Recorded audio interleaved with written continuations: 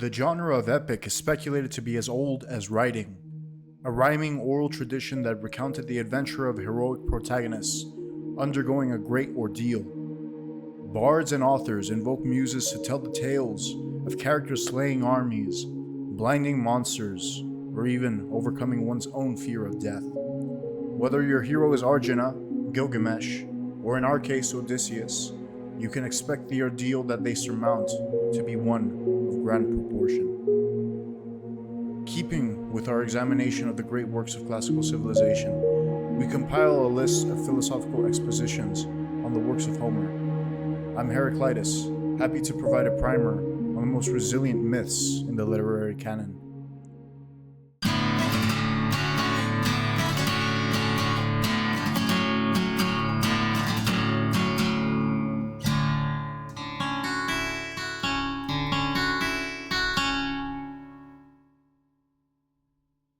To begin, the Odyssey, much like its prequel and other Greek myths, starts in a truncated fashion. One does not need a reminder as to the ending of the epic of Achilles. However, to briefly do so, the Iliad ends with the slaying and desecration of the corpse of Hector. In response, King Priam of Troy pleads with Achilles to hand over his body for a proper funeral rite. Struck with compassion for an enemy, Achilles breaks down in tears and does so. For most, it is clear that there is an immense gap between the ending of the two texts. Troy has been sacked, and Agamemnon of Mycenae was murdered by his wife's lover. Orestes, Agamemnon's son, avenges his father by killing the queen's lover. By this point, Achilles is long dead and suffering in the underworld, and Odysseus, on a return trip, got shipwrecked on an island and has not seen home for about 2 decades. 2 decades since the start of the Trojan War, to be specific. Old Greek literature uses this random starting point as a literary trope. As for the Odyssey, the first 4 books leave one with tantalizing suspense as the reader follows Telemachus, Odysseus' son, conspiring for a method to contact his father and take down his mother's suitors, in a fashion similar to Orestes. One can note the deep Freudian Oedipal nature of the Odyssey's main conflict. The mommy-daddy mean trifecta is shattered, and this leaves all characters, in particular Odysseus and Telemachus, with a longing lack, one which resolves itself with the restoration of the hero's family as a whole. Not to mention Telemachus' obvious unease and distrust of the suitors attempting to court and marry his mother. The story portrays the united family as Odysseus' greatest good. He even forsakes marriage and deification with the immortal goddess Calypso, potentially saving himself from an eternity in Hades for the simple sake of being with those who he loves. After enduring this entire trek, including a brief stay in Hades where he encounters a tormented Achilles, Odysseus reunites with his queen and son, and slaughters the men attempting to court her. Speaking of, one can speak at length regarding the widespread and enduring influence of the Homeric texts, from Greek tragedians and continuing to Virgil and Dante, to Milton and Joyce. There is no underestimating the original epic's endurance and impact. One is tempted to say that all epics are imitation of the blind oracle's original masterpiece.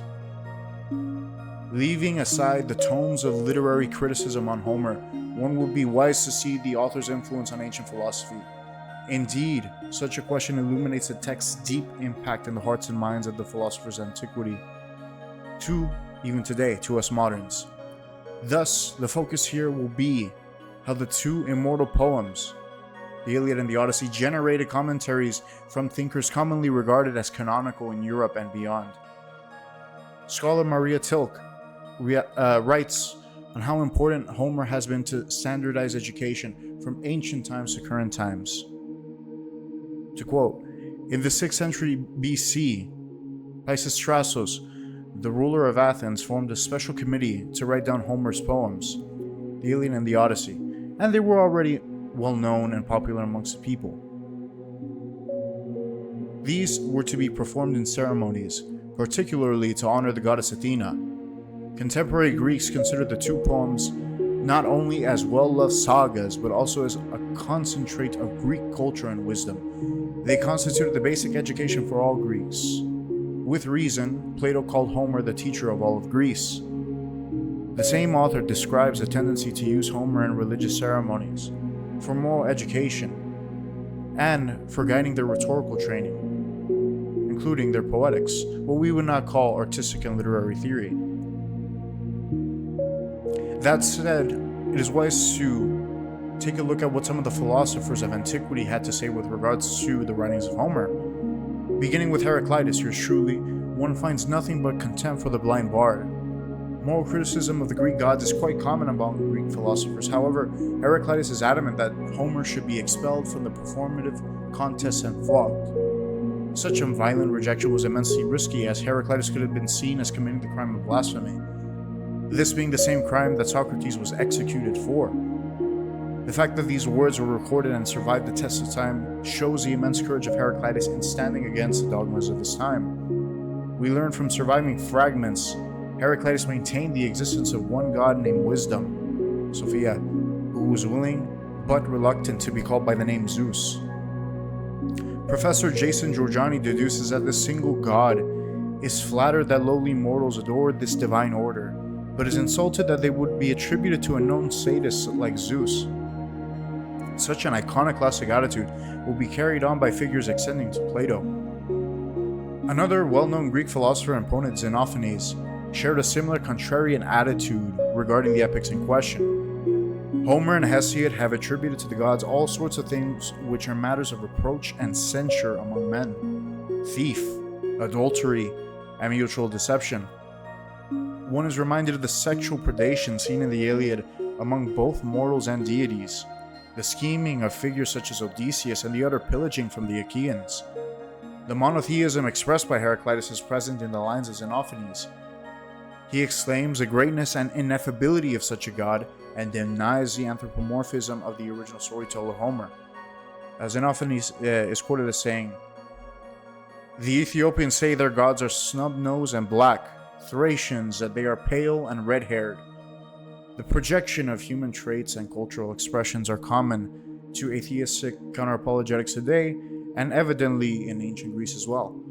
The negation of this anthropomorphism led Xenophanes to become one of the first natural theologians, that is, one who rejected prophecy, myth, and sacred tradition in favor of a reasoned examination of the world.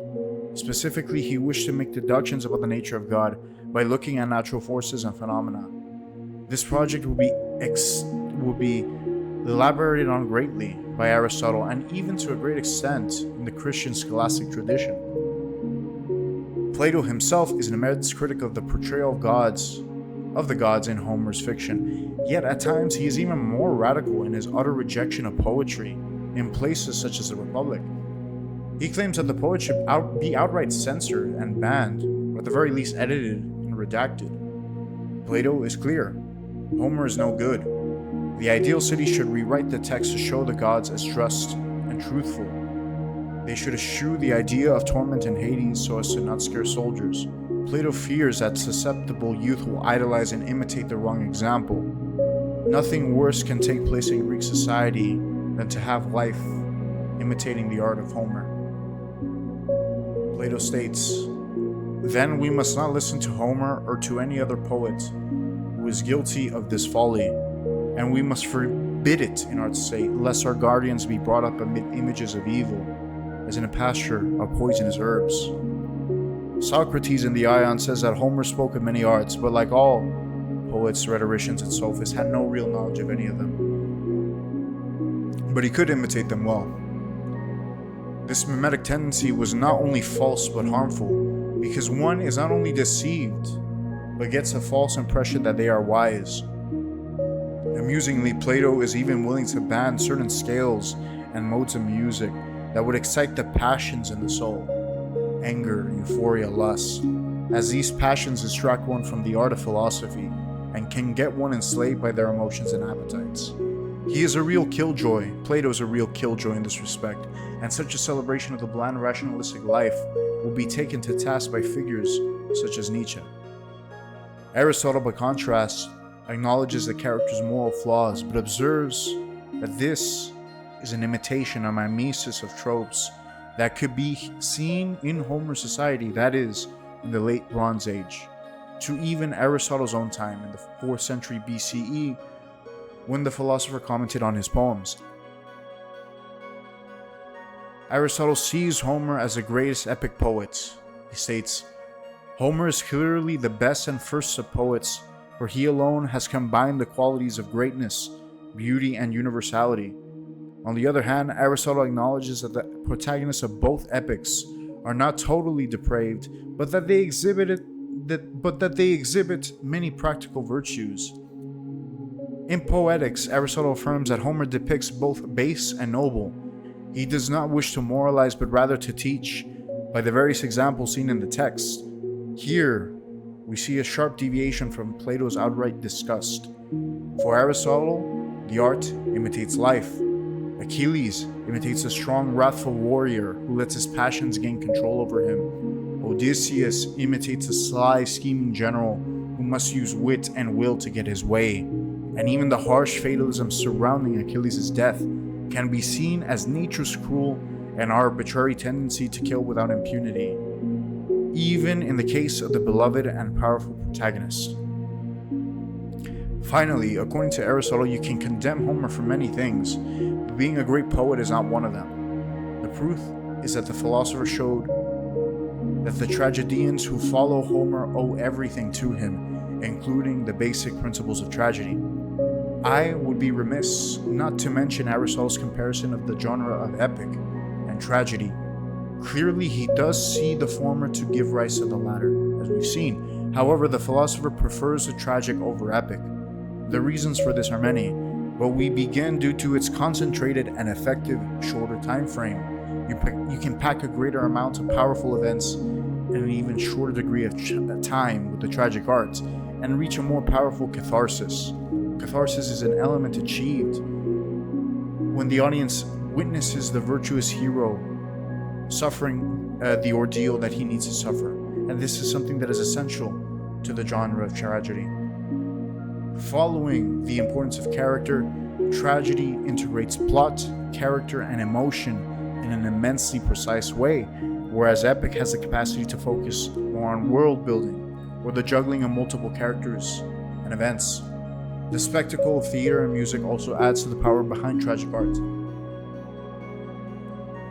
Earlier, there was mention of the harsh critic Xenophanes, who dismissed the tales as sheer myth, vulgarized by the shallow anthropomorphic conceptions of men. However, more sophisticated classical polytheists such as Porphyry was a 3rd century Neoplatonist. His text on the cave of the nymphs in the Odyssey is one of the greatest works of religious allegorical commentary outside of the Abrahamic tradition. In this text, he claims that Homer was a theologian, allegorizing an essential esoteric truth about the soul's journey through multiple incarnations. Referring back to the section in the Odyssey, Odysseus left Calypso's island and sailed to Ithaca, encountering a sacred fantastical cave. Serene and shining bright, the cave springs forth water inhabited by nymphs, magical beings with close connection to nature. It is a hidden and surreal space between the mortal and divine realms, flowing with honey and flowers. He must cross it in order to re-enter the human realm after his divine trek from the underworld and the land of the sirens in the 2 previous books. In Porphyry's commentary, he cites a Neo-Pythagorean philosopher, Cronius, stating that the cave's dimensions and features were geologically improbable, containing separate gates for men and gods, stone looms, bees making honey in jars. Curiously, Porphyry cites a real geographer who claims to have discovered such a cave, however affirms that the symbolic function is what is hermeneutically important, what is important for its interpretation. Porphyry aligns the caves with the cosmos, which is vast, dark, and abound with earth, rock. The 2 gates are symbols of divine ascent and descent. The water nymphs are souls that descend into a material world that can be affirmed with their association to life-giving water. The clothes that shroud the women are the flesh that enmeshes the soul. The bees are just souls entering the life after fulfilling their divine tasks, connecting the honey with sweetness and purity. The ultimate goal for the Neoplatonist Porphyry is to reveal a map that links the divine world with the human, showing that there is a way to ascend to divine unity. On the other hand, Quotes from a variety of Christian church fathers follow the Platonic position on Homer's portrayal of the gods. The Olympians are shameful, says Origen of Alexandria. The ancient Christian Platonist writes, quote, "The Homeric account of the gods is generally held to be useless and inappropriate, for it tells stories about the gods that are not seemly." Augustine of Hippo, on the other hand, transfers an anthropomorphic criticism similar to that of Xenophanes. "I hate Greek, and yet I was compelled to learn. These were Homer's fiction, transferring human things to the gods, whereas he who is truly divine would rather transfer things divine to us." A search on the Christian fathers' interactions with Homer seems to be mostly hostile. Towing the typical Platonic party line, we see contempt for the utter viciousness of the mortal heroes and the Greek/Roman pantheon. It was safe to say that Homer's influence plummeted during the Middle Ages, this time when Christians were immensely afraid of committing acts of idolatry or succumbing to any demonic pagan influences. Likewise, the Theodosian decrees and Nullus Omnio by the Emperor Theodosius prohibited all public and private pagan worship. This included offering incense or wine, having sacred ribbons, raising turf altars, etc. The Christian emperor ordered governors to close temples and stop public sacrifices. This policy encouraged Christians, including monks and bishops, to destroy pagan temples and shrines. An example is the destruction of the Serapeum in Alexandria in 391 CE.